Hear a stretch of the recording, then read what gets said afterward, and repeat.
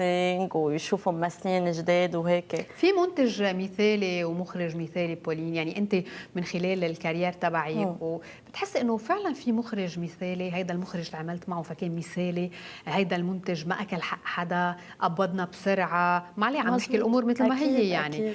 في حدا مثالي بهالمجال؟ ايه في مثالي. ايه وانا اشتغلت مع كثير عالم كانوا كثير مثاليين، ان كان من منتجين او كتاب او مخرجين. غير قصه قلت لك يعني، غير قصه يدفع على الوقت او هول القصص الكليشيه اذا بدك، في هو الاحترام والفرح اللي بينخلق على الست، هيدا كتير مهم.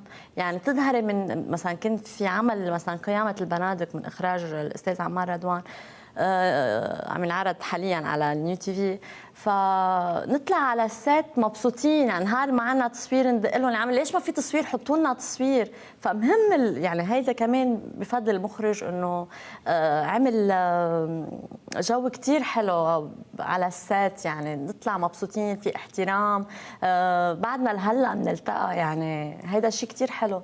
وحتى يعني من ناحيه شركه الانتاج مثل مركز بيروت الدولي، يعني كمان انه في احترام، هيدا اهم شيء للممثل، ما بيقصروا معه بحيالله شيء. يعني ما بعرف انه انا بالنسبه لإلي ايه في مثاليين، يعني هلا اعطيت انا مثلين صغار بس بعد في كثير، يعني طبعا ما بدي فوت اكيد مثل ما في هيك بكل شيء بولين، مثل ما في ناس مش منيح في ناس منيح، ومثل في ناس بعيدين كثير عن المثاليه، في ناس فعلا مثاليه ومؤمنين بشغلهم وبقضيتهم يلي عم بيسعوا لها. اي دور بعد بتحلمي تعمليه؟ يعني صرتي عامله عده ادوار، شفناكي بعده شخصيات. الحلو يعني نقلتي بالشخصيات، انه شفناكي بدور الحنونه، شفناكي بدور المسانده، شفناكي بدور الصديقه، بدور المراه اللي بتعرف تفرض حالها. اي دور انت هيك بعد بتوقي انك تقدميه؟ ليكي اذا بدك اكثر ادوار الشر، يعني الشر. ايه في قلب طيب مثلا هالقد وناعم يقدم الشر، انه رغم هالملامح البريئه والطيبه انه تفرجي الكوتيه الثاني يعني. هيدي قوه الممثل. يؤخذ على بعض المخرجين اللبنانيين انه بس يشوفوكي بكادر بضل هيدا الكادر لايقك كل حياتك. الام بتضلي تاخذي دور الام المنيحه كل حياتك، دور المنيحه.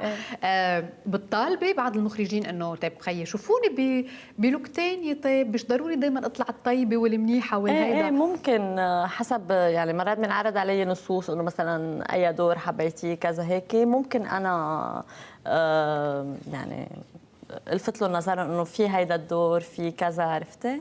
وديجا لعبته يعني قبل، مثلا بفيلم خلة وردة كنت كثير اللئيمه اللي هي حرضته يتعامل مع الاسرائيليه وهيك، لعب هيدا الدور. بس عم اقول لك يعني حابه بعد العب اكثر هي الادوار، والادوار اذا بدك المركبه، يعني اللي معقده شوي، يمكن المريضه نفسيا، اللي عندها اعاقه جسديه معينه، هو اللي يعني اللي بيستفزوكي كممثله، اللي بتطلعي فيك قدرات اكثر، فهول الادوار اللي بحب العبها يعني. ان شاء الله خير بولين. بالعوده للمراه الحمل، يطرأ على شخصيتها تصرفات متناقضه، هي اوقات ما بتفهم حالها، يعني بصير تتصرف تصرفات بعدين بتقول طيب انا ليه تصرفت هيك، لكن عندي هالتناقض، لكن عندي هالمزاجيه. قد ايه بتلعب المزاجيه حيز بحياتك العمليه والعاديه يعني؟ بتلعب هو في كم منيح انه ايه في، يعني ما رح اقول لك لا، يعني في مزاجيه كيف، لانه حسب كل اللي عم بنعيشه كمان، يعني هلا كان الحمل او مش الحمل، يعني نسبه للاخبار اللي عم تسمعيها وهالاوضاع اللي عم بتعيشيها، فهالشيء عم بخلي مزاجنا مش رايق اذا بدك. ايه بتاثر مرات، يعني بتاثر. بس المهم المزاجيه والتناقض ما يزعج الغير لحد انه ممكن تنكسر العلاقه بينك وبين شخص لانه عندك مزاجيه مش طبيعيه، او عندك تناقض ما فيهم هن يتحملوه. مش طبيعيه. هلا مثل جوزي صار يعرف النهار اللي بيشوفني مش على بعض بيعرف بيتركني لروق. يعني كيف بتكوني مش على بعضك مثلا؟ ما من هيك بكون كتومه، ما حضرتك ممثله يعني كتومه، عرفتي؟ بصير انه ما كثير عم بحكي، ما كثير عم سير، رغم اني انا سوشيبل مثل ما انت قلتي، انه اجتماعيه وهيك، فببين علي يعني انه هلا الا اذا انفردت بمحل ولازم امثل انه انا ايه. هيدا السؤال، انه اوقات بالحياه العاديه بتفرضي على حالك تمثلي لتمرقي حالك من وضع محرج معين او من امر معين بشكل لك عبء، بتحاولي تمثلي تستعملي قدراتك التمثيليه بالحياه العاديه؟ مرات ايه بتضطري. بكل صراحه. ايه بكل صراحه انه مرات بتضطري انه ايه انت يمكن ما تكوني بالمود او مش بمزاج بيسمح لك، وموجوده مثلا مضطره اليوم ولا في انترفيو مع سحر صغيف. هلا انت ما في واحد يطلع فيك ويكون يضل زعلان، بده يضحك اجباري، عرفتي؟ بس انه في مواقف، عرفتي؟ لان نحن عن جد كل يوم يمكن تضطري انه ماشي انت مثلا بالسوق تنعتبر عم تعمل شوبينج ومنك بالمود يمكن معصبه وتلتقي بحدا من الفانز تبعولك، ما فيك انه بدك ناطرين ابتسامه حلوه مني كذا، هن ما لهم علاقه بانت مزاجيتك، فمضطرين نستعملهم، يعني هو الاكيد، واللي بيقول لك لا بيكون كذاب. 100% مغامره، حيويه، عدائيه، سريعه الغضب. ايها اكثر شيء بتحسي فيها من بولين؟ مغامره، حيويه، عدائيه، وسريعه الغضب. سريعه الغضب ما بفتكر انا بدي اقول لك ولا وحده عدائيه.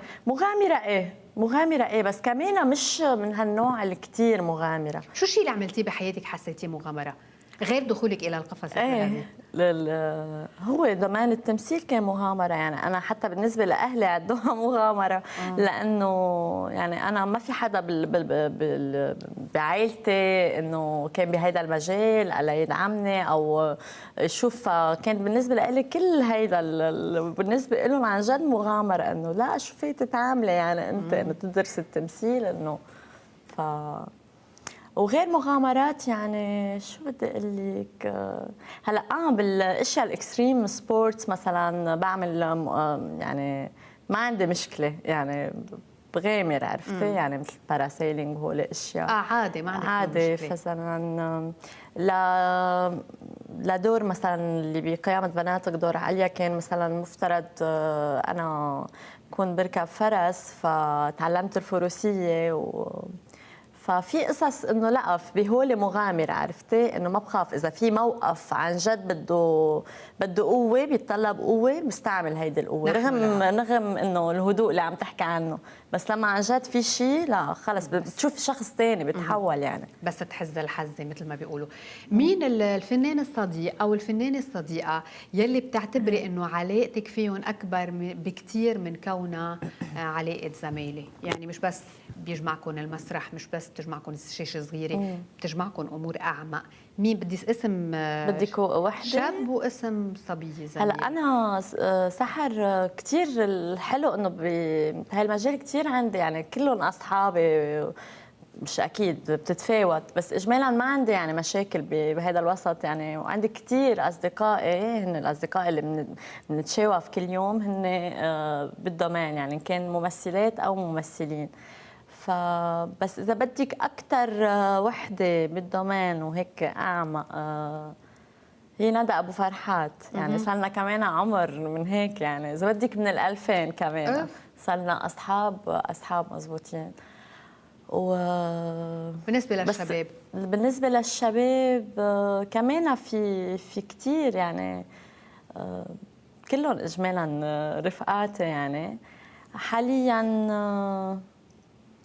في هشام ابو سليمان كثير اصحاب انا وياه، انه الكل عرفتي، في اسامه العلي، في نوجه له تحيه لهشام. ايه اكيد، كان فيما مضى من كم اسبوع مجدي مشموشه، بديع ابو شقره، يعني في كثار. يعني كنت الشباب ما فيك تاخذي شخص واحد، يعني لانه اجمالا صاحبي معهم الكل وعلاقتي ودائما بتشوفيهم.